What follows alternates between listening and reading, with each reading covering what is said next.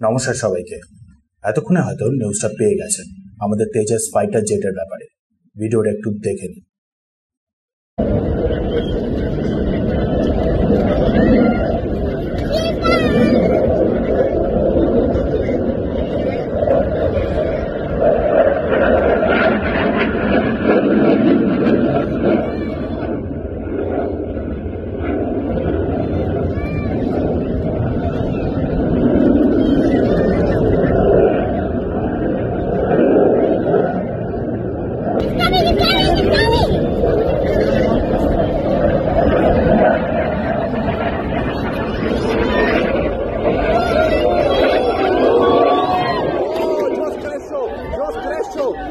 Jos cresceu, live cresceu.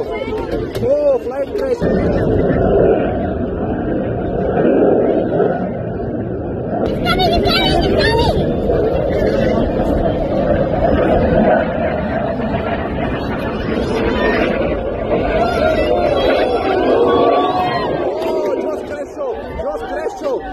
Jos cresceu, live cresceu. Oh, flight cresceu, aircraft cresceu. ভিডিওটা হলো Dubai air show এর। 5 দিন ধরে যে এয়ার শো চলছিল দুবাইতে, সেই এয়ার শো থেকে ক্র্যাশ করেছে আমাদের এই তেজাস মার্ক 1 ফাইটার জেট। খেয়াল করবেন, এটা মার্ক 1 এ না। মার্ক 1 এ রিসেন্টলি ফার্স্ট ফ্লাইট কমপ্লিট করেছিল। মার্ক 1 সেখানে 2016 থেকেই সার্ভিসে আছে। এই নিয়ে মাত্র দুবার ক্র্যাশ করলো। প্রথমটা করেছিল 2024-এ জয়সালমেরে, নাও এখন আবার দুবাই এয়ার শোতে। বলা হচ্ছে যে ফাইটার জেটটা ব্যারেল রোল ম্যানুভার পারফর্ম করতে যাচ্ছিল। ব্যারেল রোল মানে ফাইটার জেটটা প্রথমে 180 ডিগ্রি রোটেট করবে, দেন কিছুটা সেই অবস্থাতেই যাবে, দেন হালকা একটু রোটেট করে খানিকটা নিচে, দেন আবার রোল করে স্ট্রেট হয়ে যাবে। পাশে ইমেজটা থেকে ভালো মতন করে বুঝতে পারবেন। খানিকটা সিমিলার F-18 এর একটা ভিডিও পেয়েছি, সেটা দেখে নিন।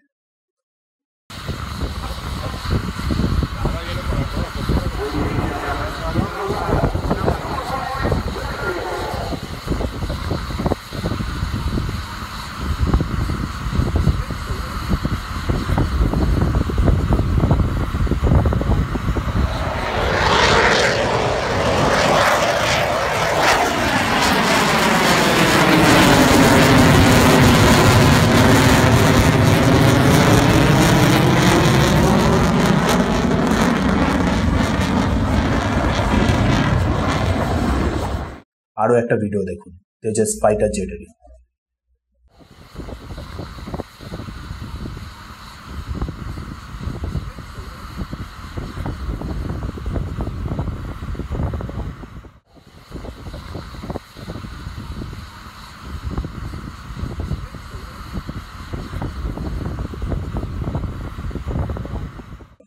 দেখে আশা করি বুঝতে পারছেন মুভটা অ্যাকচুয়ালি কিরকম হতে চলেছিল। খানিকটা এই জিনিসই হাই স্পিডে আরো বেশ অনেকটা কঠিন করে পারফর্ম করার চেষ্টা হচ্ছিল, বাট স্যাডলি ফাইটার জেটটা ক্র্যাশ করে যায়।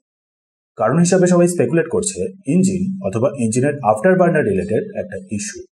কারণ ক্র্যাশ করার জাস্ট আগে ইঞ্জিনের পাশ দিয়ে হালকা একটু স্মোকের মতন দেখা গিয়েছিল। অ্যাকচুয়াল কারণটা আরো ইনভেস্টিগেশন হওয়ার পর সামনে আসবে। এবার দেখুন, অনেকেই আছে যারা আবার দুদিন আগেই ভাইরাল হওয়া একটা ফেক প্রপাগান্ডা ভিডিওর সাথে এই ইনসিডেন্টটাকে রিলেট করছে। অয়েল লিক করছিল নাকি জেটটা থেকে, যেখানে অ্যাকচুয়ালি এক তো সেটা অয়েল ছিল না, দ্বিতীয়ত ফাইটার জেট দুটোর টেল নাম্বারগুলো দেখলেই বুঝতে পারবেন দাঁড়িয়ে যেটা ছিল সেটা ছিল আলাদা জেট 5025, ক্র্যাশ করেছে যেটা সেটা হলো 5026। যাই হোক, ভিডিওটা আবার দেখলেই বুঝতে পারবেন পাইলট ইজেক্ট করেনি। জেটটার মুভমেন্ট দেখে মনে হচ্ছে যে পাইলট চেষ্টা করছিল জেটটাকে আবার স্টেবল করার, রিকভার করার, বাট পাওয়ার না থাকায় পারেনি। যদি পার্টিকুলার ইঞ্জিন নিয়েই প্রবলেম হয় তাহলে অবভিয়াসলি এখানে একটা সাসপিশনের ব্যাপার আছে। সিমিলার ইঞ্জিন নিয়েই প্রবলেম আহমেদাবাদ প্লেন ক্র্যাশের ক্ষেত্রেও হয়েছিল।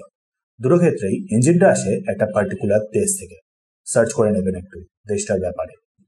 যাই হোক, ইনভেস্টিগেশন কমপ্লিট হলে জিনিসটা আরো বেটার ভাবে বোঝা যাবে। নাও এবার দেখুন, অনেকে আছে আবার যারা এই ইনসিডেন্টটাকে নিয়ে অ্যাকচুয়ালি অনেকটাই বেশ মজা করছে, আনন্দ পাচ্ছে বেশ অনেকটা। বুঝতে পারছেন আশা করি তারা কারা হতে পারে।